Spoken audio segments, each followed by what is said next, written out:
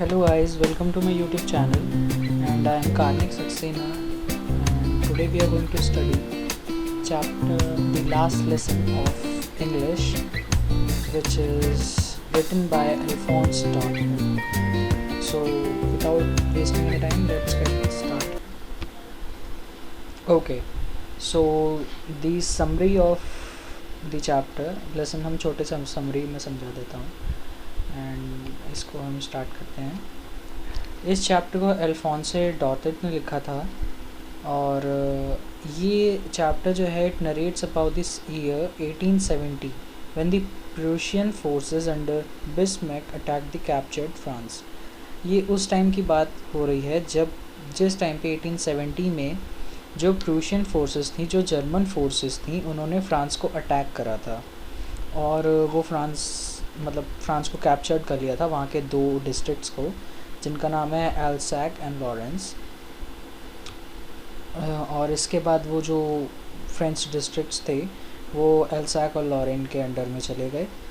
The new Prussian rulers discontinued the teaching of French in the schools of these two districts. इन दो districts के सारे schools में Prussian rulers ने French subject की teaching को बंद करवा दिया और उन्होंने जर्मन को स्टार्ट करवाया।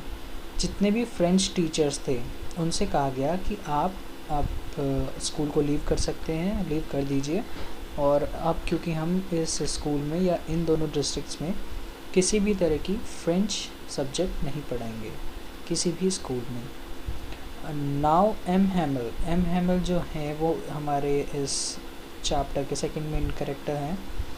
वो एक टीचर हैं, फ्रेंच सब्जेक्ट के teacher, and he could not longer stay in this old school.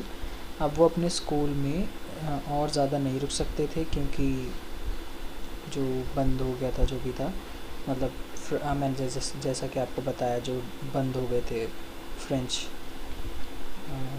Language, तो उन्होंने स्टार्ट करा कि वो 40 ईयर्स से पढ़ा रहे थे, but he still gave the last lesson to his students with utmost devotion and sincerity as ever. But फिर भी उन्होंने अपने स्टूडेंट्स को उनका लास्ट लेसन फ्रेंच का दिया अपने आउटमोस्ट डिवीजन से और सिंसियरिटी से आज तक की। आगे बढ़ते हैं, moving on. Okay, so one such student of M Hamel was one such student of M. Hamel, France, who dreaded French classes and M. Hamel's iron rod, came to the school that day thinking he would be punished as he had not learned his lesson on participles. उन्हीं का एक student M हैमल का, जिसका नाम था France, he is the main character and the narrator of the story, who was dreaded French classes, जिसको French classes और M हैमल के आयरन रॉड बहुत बुरे लगते थे, विच ही वॉज ड्रेडेड का मतलब होता है रिगार्डेड एज ग्रेट फियर, मतलब उस जिसको फ्रेंच क्लासेस और एम हैमल के आयरन रॉड से बहुत ज़्यादा डर लगता था। उस दिन वो स्कूल आया ये सोचते हुए कि उसे पनिश करा जाएगा क्योंकि लास्ट डे उसको होमवर्क मिला था पार्टिसिपल्स के ऊपर उसको होमवर्क मिला था, विच ही वॉज नॉट कम्प्लीटेड। इस वजह से उसको डर था कि उसको पनिश करा जाएगा। But on reaching school he found M Hamel dressed in his fine Sunday clothes and the old people of the village sitting quietly at the back of the benches.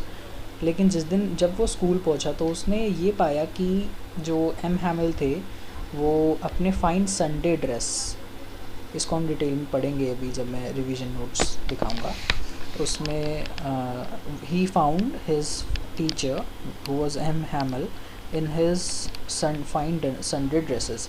उन कपड़ों को वो सिर्फ किसी फंक्शन या फिर किसी स्पेशल ओकेजन पे ही पहनते थे, और उसने देखा कि जो लास्ट बेंचेस थी जो ज़्यादातर खाली रहती थी, उस पे जो विलेज के पुराने लोग थे वो वहाँ शांति से बैठे हुए थे, जैसे पीजेंट्स हो गए, फार्मर्स हो गए, या वहाँ का जो भी मतलब पुराने लोग थे वो सब वहाँ बैठे हुए थे quietly. It was due to an order from Berlin.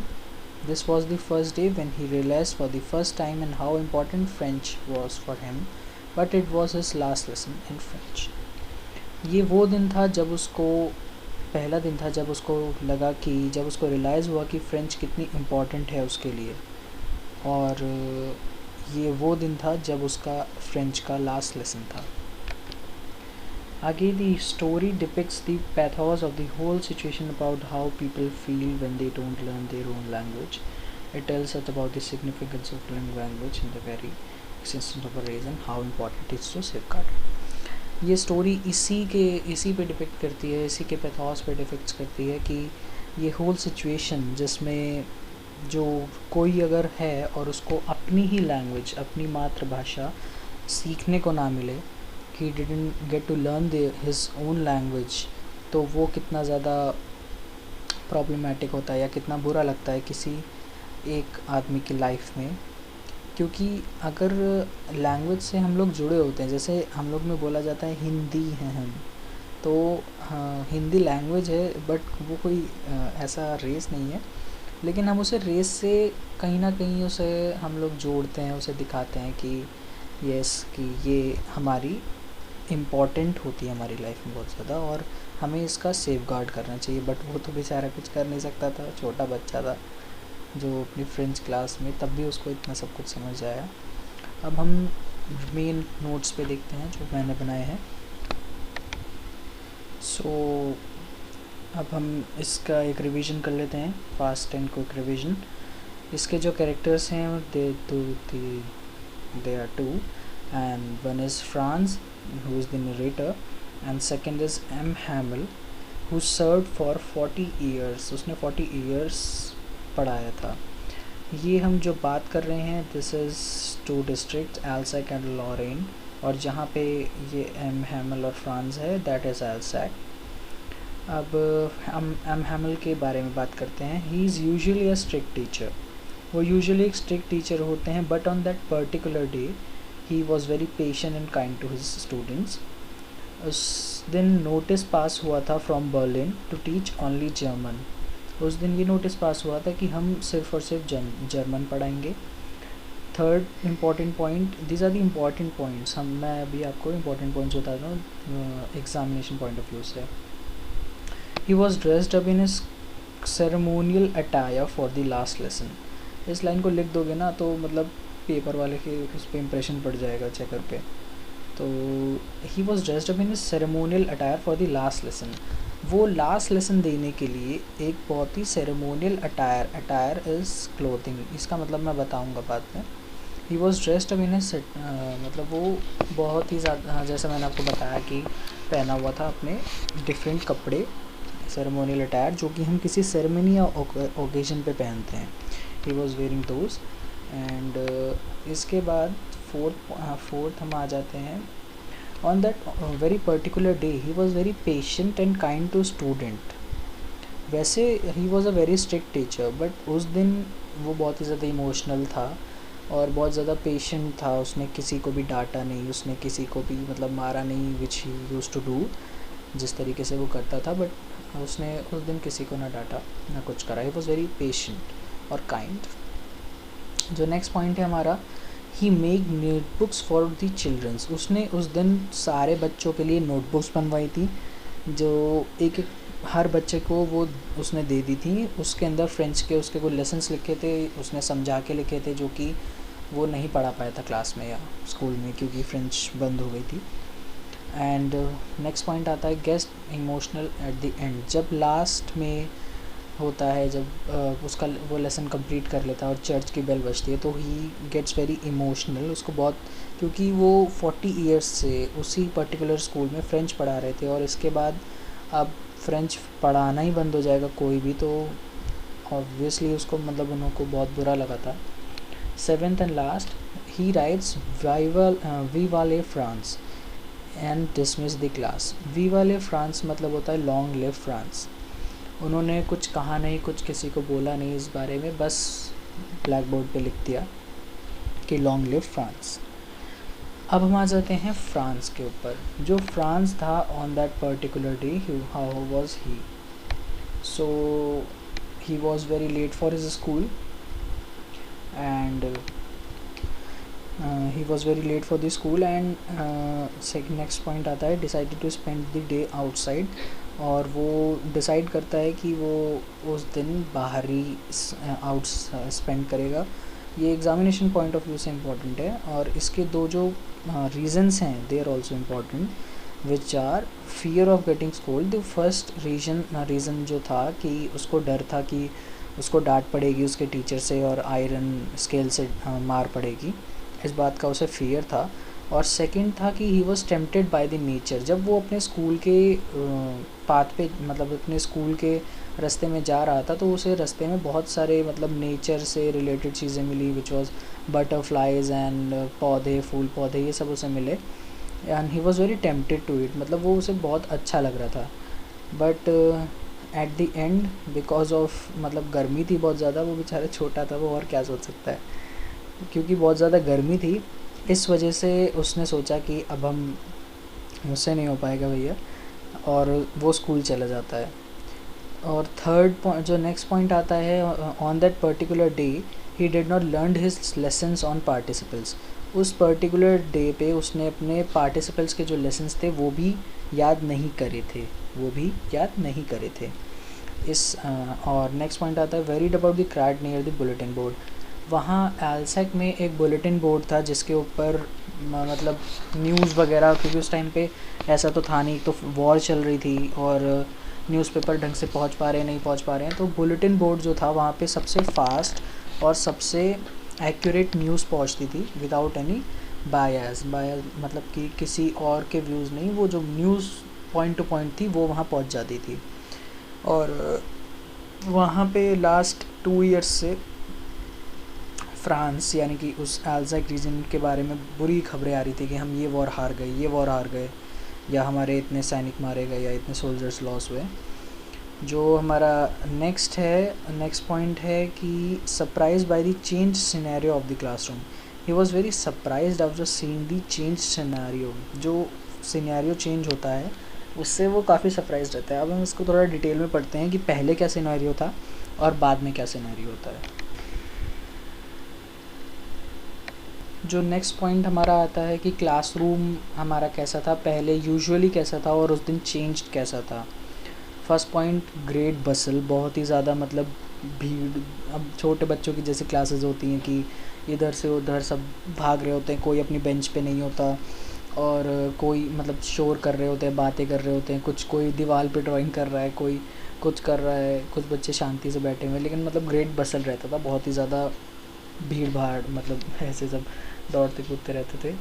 But उस दिन ऑन दैट पर्टिकुलर डे, जिस दिन बर्लिन से लॉ आया था, जब टीचर ने बताया अपने स्टूडेंट्स को, उस दिन the class was very still and quite. पूरी की पूरी जो क्लास थी वॉज वेरी स्टिल, बहुत शांत और बहुत ही मतलब पिन ड्रॉप साइलेंस था. कोई ज़्यादा इधर उधर फालतू की बातें या शैतानी कोई भी नहीं कर रहा था. वैसे होता है जनरली कि हर क्लास में 2-3 बच्चे होते ही है जो हमेशा ही, मतलब मेरी क्लास में तो था, बल्कि मैं ही हूँ अपनी क्लास में.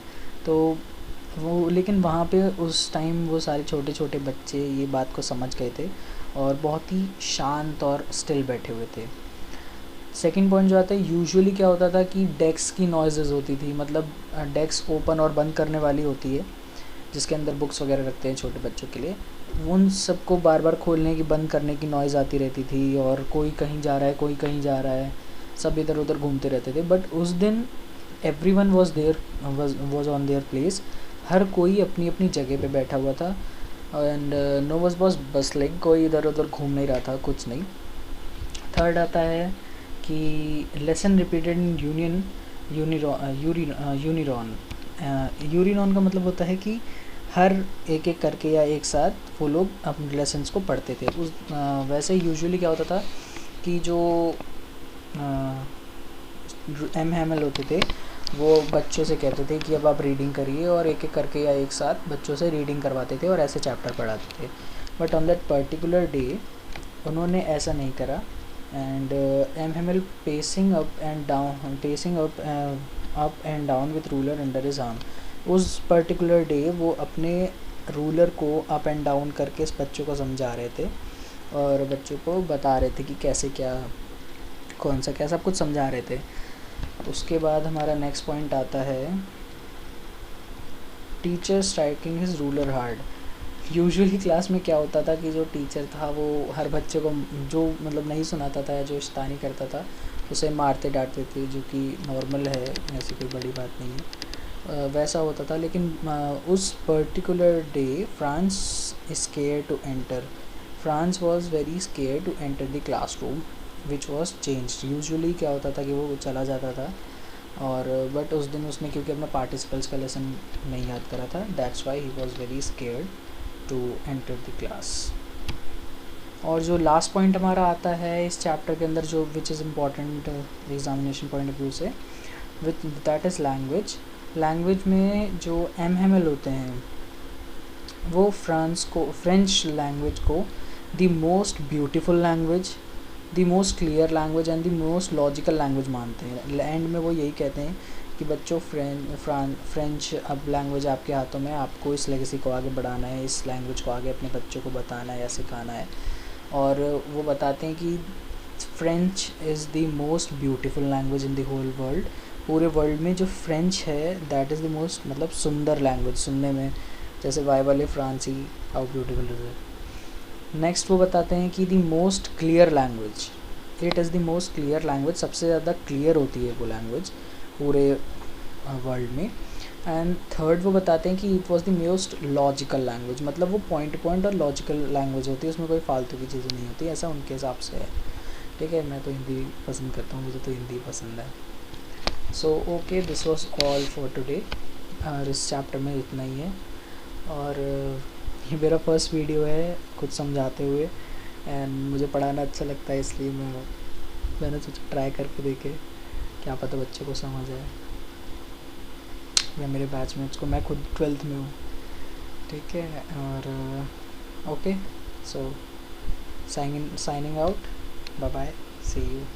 और जो भी ये सब होना, मतलब गलती वगैरह हो मेरी कुछ, या फिर आपको कुछ और डाउट हो या कुछ पूछना हो, वो प्लीज़ कमेंट सेक्शन में बताइएगा। Thank you, have a nice day, thank you. Please like, subscribe and share to your classmates.